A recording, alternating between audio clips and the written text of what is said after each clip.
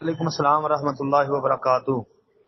محترم بھائی نے لکھا ہے جی کہ حرمین شریف ویل میں پڑھائی جانے والی نماز جنازہ اور پاکستان اہل حدیث کی نماز جنازہ، اس میں فرق کیوں؟ وہاں تو بمشکل سے سورہ فاتحہ پڑھنے کا وقت ملتا ہے اور مسلسل شرعی طریقے سے وہ صحیح ہے یا پاکستان والے؟ نمبر 2، وہاں جمعے کی 2 اذانیں اور یہاں ایک پر زور ہے۔ اچھا جی، اب محترم بھائی پہلی بات تو یہ یاد رکھیں کہ جمعے کی اذانوں کے حوالے سے نبی کریم صلی اللہ علیہ وسلم، حضرت ابوبکر، حضرت عمر رضی اللہ عنہما، ان کے ادوار میں جمعے کی ایک ہی اذان دی جاتی تھی۔ یہ اس وقت جب خطیب خطبہ دینے کے لیے ممبر پہ آ جاتا ہے نا، یہ وہ والی اذان ہوتی تھی بس۔ باقی حضرت عثمان رضی اللہ تعالیٰ عنہ کے دور میں ایک اذان کا اضافہ کیا گیا زورا مقام پر۔ یہ مدینے میں ایک بازار میں اونچی جگہ تھی، وہاں پر ایک اذان شروع کی تھی انہوں نے جی، مقام زورا پر، صحیح بخاری کے اندر ہے۔ اب بعض لوگوں نے اس کے اوپر بدعت کا فتویٰ لگایا کہ دوسری اذان، یعنی جو آج کل پہلے اذان ایک دی جاتی ہے نا خطبہ شروع ہونے سے، اذان جو دی جاتی ہے اس سے پہلے کوئی آدھا گھنٹہ 15 منٹ پہلے جو اذان ہوتی ہے، بعض نے کہا یہ بدعت ہے، بعض نے کہا بدعت نہیں ہے۔ بہرحال اس میں اختلاف ہے، تو میرے خیال میں اس کو بدعت نہیں کہنا چاہیے۔ ہاں، جس کی جو تحقیق ہے اس پہ وہ عمل کر لے۔ میری تحقیق میں راجح اور درست یہی ہے کہ جمعے کی ایک ہی اذان ہونی چاہیے، جب خطیب خطبہ دینے کے لیے ممبر پہ آئے اس وقت ہی ایک اذان پڑھنی چاہیے، بس اتنی سی بات ہے، کیونکہ رسول مکرم صلی اللہ علیہ وسلم کی سنت سے یہی ثابت ہے۔ اچھا، اور حضرت عثمان رضی اللہ عنہ کے دور میں جو اذان شروع ہوئی تھی، اصل میں اس کی ایک وجہ تھی کہ بازار کے اندر اذان دینا، اونچی جگہ پہ اذان دینا، تاکہ لوگوں کو پتہ چل جائے اور لوگ بازار سے اپنے کاروبار چھوڑ کے تو جمعے کے لیے نکل پڑے۔ آج کل چونکہ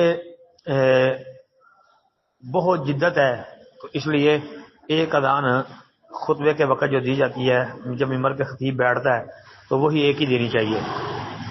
باقی رہی بات نماز جنازہ سری یا جہری، سری کے متعلق بھی حدیثیں موجود ہیں، بلکہ سری بھی درست ہے اور جہری بھی درست ہے۔ نسائی وغیرہ کے اندر جہری نماز جنازہ پڑھانے کی حدیث بھی موجود ہے، اور صحیح مسلم میں وہ عوف بن مالک رضی اللہ عنہ جو اللہم اغفر لہ ورحمہ دعا، جب نبی علیہ السلام نے نماز جنازہ پر پڑھی تو وہ صحابی کہنے لگے کاش کہ یہ جنازہ میرا ہوتا۔ یقیناً اللہ کے رسول اونچی پڑھ رہے تھے اور وہ یہ دعا سن رہے تھے، تو انہوں نے یہ خواہش کا اظہار کیا تھا۔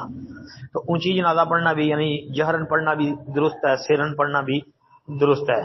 باقی یہ کہ پاکستان میں فرق جو آپ نے ظاہر کیا کہ وہاں بڑی مشکل سے فاتحہ پڑھی جاتی ہے حرمین میں اور یہاں پر نہیں، تو کوئی بات نہیں بھائی، حرمین کے اندر اگر وہ جلدی جلدی پڑھا لیتے ہیں تو کوئی بات نہیں۔ آپ مشکل سے فاتحہ کہتے ہیں نا، تو آپ سورہ فاتحہ پڑھ لیا کریں، اس کے ساتھ جو سورت پڑھی جاتی ہے وہ اگر رہ بھی جائے گی تو کوئی مسئلہ نہیں ہے جی۔ تو تھوڑا تیز پڑھ لیا کریں، کیونکہ وہ سرا نہیں ہوتا نا، تو جی اس میں انشاءاللہ کوئی مسئلہ نہیں ہے۔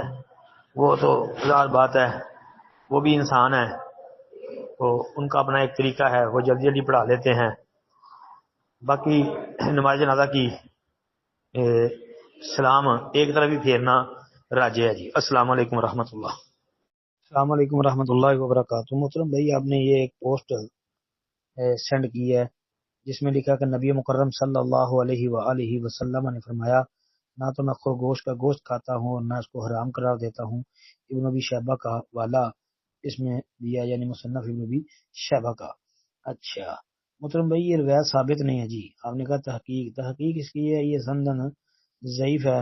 یہ اس کی سند میں عبد الکریم جو ہے وہ ایک راوی ہے جس پر ائمہ محدثین نے جرح کی ہے، یعنی عبد الکریم بن ابی المحارق جی، یہ ضعیف ہے۔